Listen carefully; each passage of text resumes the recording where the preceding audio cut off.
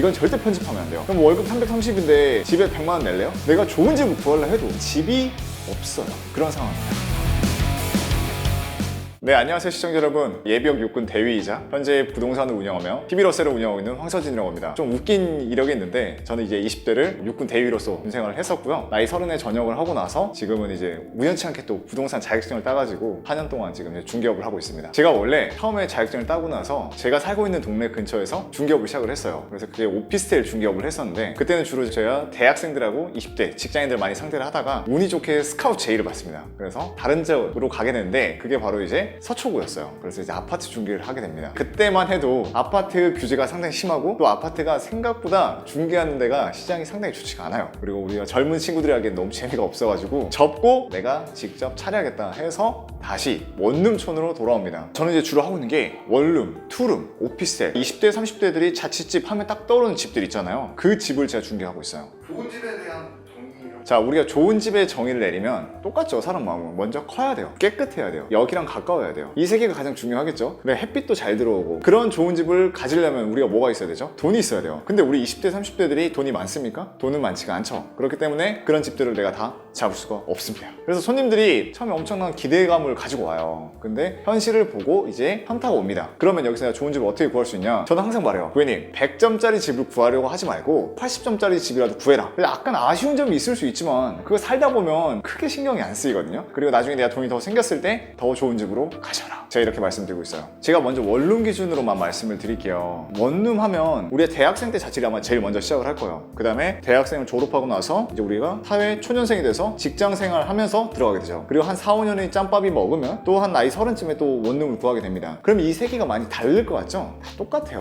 이게 어쩔 수 없는 현실이에요. 손님들이 항상 그런 말이에요. 대학생 때도 원룸 살았는데 사회 초년생 때도 원룸 살았는데 지금도 원룸 사네요. 이런 말을 저한테 많이 하시거든요. 이게 거짓말 같은데요. 그렇게 생각하면 돼요. 우리가 31살쯤 돼서 직장 생활 한 4, 5년 됐어. 그래봤자 월급 얼마일까요? 많아야 400 안 될 거예요. 평균 300! 한 300에서 330일 텐데 내가 좋은 집 살고 막 투룸 살고 쓰리룸 살고 월세를 낸다 했을 때 월세를 한 달에 얼마 낼 것 같아요? 한 7, 80 내겠죠. 관리비까지 한 90, 100. 그럼 월급 330인데 집에 100만 원 낼래요? 전 절대 안 낼 거거든요. 왜? 정말 집에서 순수하게 잠만 자는 공간인데 그렇게 안 하기 때문에 그거의 절반 가격인 40, 50만 원을 내리겠죠. 그러면 어디로 갈 수 있을까요? 결국 또 원룸이에요. 조금 더 좋은 원룸. 그렇게 가는 거예요. 이게 정말 안타까운 현실입니다. 필수로 확인을 해야 된다. 필수로 확인해야 될 거는 방법이 좀 여러 개 있어요. 이 원룸에도 전세가 있고 월세가 있어요. 두 개가 나눠집니다. 근데 요즘은 뭘 많이 들어간 줄 아세요 다들? 전세예요. 그렇기 때문에 제가 거의 월세 손님을 만나본 적이 없어요. 월세는 우리가 크게 문제될 게 없어요. 왜? 월세 하면 보증금이 얼마 정도 나오죠? 500에서 1000, 1500, 2000이에요. 많아야 3000, 4000. 서울에서 최우선 변제금이라 해서 내가 살고 있는데 건물이 경매로 넘어가 버렸을 땐 5천만 원 이내까지는 내 보증금을 다 지켜받을 수 있어요. 그렇기 때문에 내가 전입신고를 하면 어떤 집을 살아도 솔직히 내 돈을 다 돌려받을 수 있어서 건물이 위험하다 안 위험하다 그걸 판단할 필요가 없어요. 하지만 요즘은 다 10중 8구는 전세를 찾기 때문에 전세 관련해서 제가 이제 좋은 집을 구하는 법에 대해서 알려드릴 거예요. 전세는 가장 첫 번째는 이 건물이 경매로 넘어갈 것 같냐 안 넘어갈 것 같냐 이거예요. 내가 2년 동안 살고 있는데 건물이 경매로 넘어가 버리면 내 돈 어떻게 해요? 전세금이 얼마죠? 한 1억 3천 4천이에요. 그 돈 다 날리면 어떡할 것 같아요? 멘붕 오거든요. 큰 돈이잖아요. 그렇기 때문에 그 돈이 넘어갈지 안 넘어갈지를 봐야 되는 게 우리가 등기부등본이라는 걸 뗐을 때 일부에 보면 융자가 나와 있어요. 근데 이 융자 금액을 보는 게 아니라 건물 가격, 땅 가격에 비해서 융자 가격이 얼마가 설정되는지를 봐야 돼요. 건물 융자가 3억 설정되어 있어. A라는 건물에 융자가 3억, B라는 건물에 융자가 7억 설정되어 있어. 우리 PD님이 봤을 때 뭐가 더 위험해 보여요?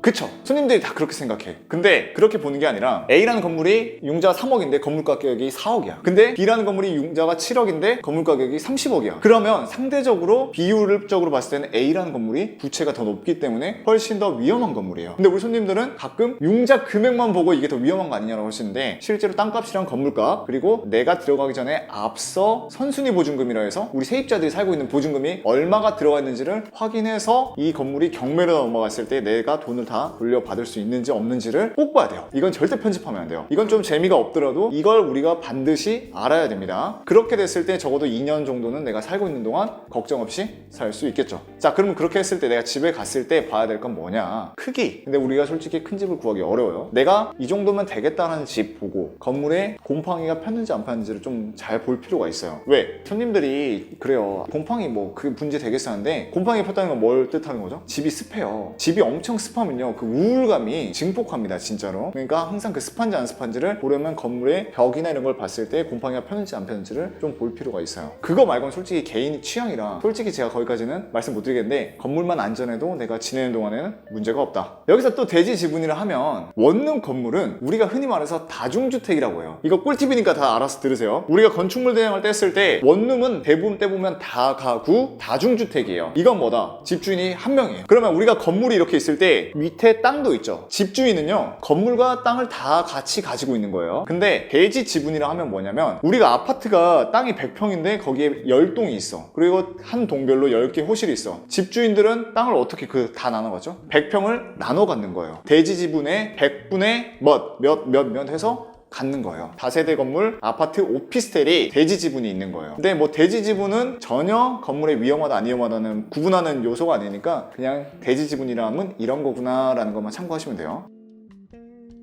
요즘 유튜브에서 가장 핫한 컨텐츠 중 하나가 서울 전세 1억 원룸, 이걸 보고 조회수가 다 100만, 200만 나오거든요. 왜 그러냐면 그 영상들을 보신 분들은 이런 생각을 할 거예요. 미쳤다, 이거 지방에서는 아파트 전세값인데 왜 이렇게 비싸라고 할 건데, PD님이 생각하기엔 왜 비싼 것 같아요? 그냥 단지 수요가 많다고만 볼 수 있어요. 근데 그 수요가 상상 이상으로 많아요. 어느 정도로 많냐면, 우리 PD님은 서울에서 월세 살면 한 달에 얼마 낸다고 생각하세요? 맥시멈 해봐야 45? 우리가 평균 45에서 50 정도를 생각하고 월세를 구하던 시기가 있었어요. 그런데 2018년도에 중기청이라는 상품이 나옵니다. 중소기업 취업 청년 전세자금 대출이라고 들어보셨죠? 이게 중소기업을 다니는 대상을 하나요? 1억을 10만 원에 빌려주거든요. 아까 우리가 천에 45만 원짜리 집을 전세로 구하면 얼마인 줄 아세요? 한 1억 2천 정도 돼요. 기준 없어요. 집주인이 부르고 싶은 대로 부를 수 있는 거예요. 근데 내가 1억 2천에 구했을 때 1억이 대출 나오면 얼마만 있으면 되죠? 2천만 있으면 1억 2천을 구할 수 있어요. 아까 1억을 빌렸을 때 이자가 얼마였죠? 10만 원. 일반적으로 원룸 관리비가 얼마죠? 5만 원이죠. 그럼 15만 원이죠. 공과금 3만 원이에요. 그럼 한 달에 총 다 해서 나간 돈이 얼마죠? 20만 원이죠. 근데 아까 내가 월세를 때 그 집이 얼마였죠? 50이죠. 50만 원짜리 들어가실래요? 20만 원짜리 들어가실래요? 당연히 20만 원이죠. 그렇기 때문에 우리 집 구하시는 분들이 옛날엔 다 월세만 구했어요. 그런데 그 중기청 상품이 입소문이 나면서 서울에서 중소기업 다니는 분들은 월세 들어간 바보 소리 들을 정도로 100명 중에 95명 이상이 다 중소기업 청년 전세자금 대출을 받아서 전세로 몰려듭니다. 그렇기 때문에 수요가 이렇게 폭발해요. 그럼 이제 여기서 끝나야 되잖아요. 중소기업 안 다니는 분들도 있을 거 아니에요. 그분들은 전세자금 대출 받기 좀 어렵겠죠. 그런데 올해 무슨 상품이 또 나온지 아세요? 카카오뱅크에서 청년 전세자금 대출이라는 상품이 있는데, 이거 들어보신 적 있으세요? 이렇게 수요가 멈춰야 되는데 갑자기 여기서 또 수요가 폭발합니다. 왜? 카카오뱅크가요, 무직자가 대출이 돼요. 우리가 원룸 구할 때 무직자 누가 있을까요? 딱 떠오르는 사람이 있지 않아요?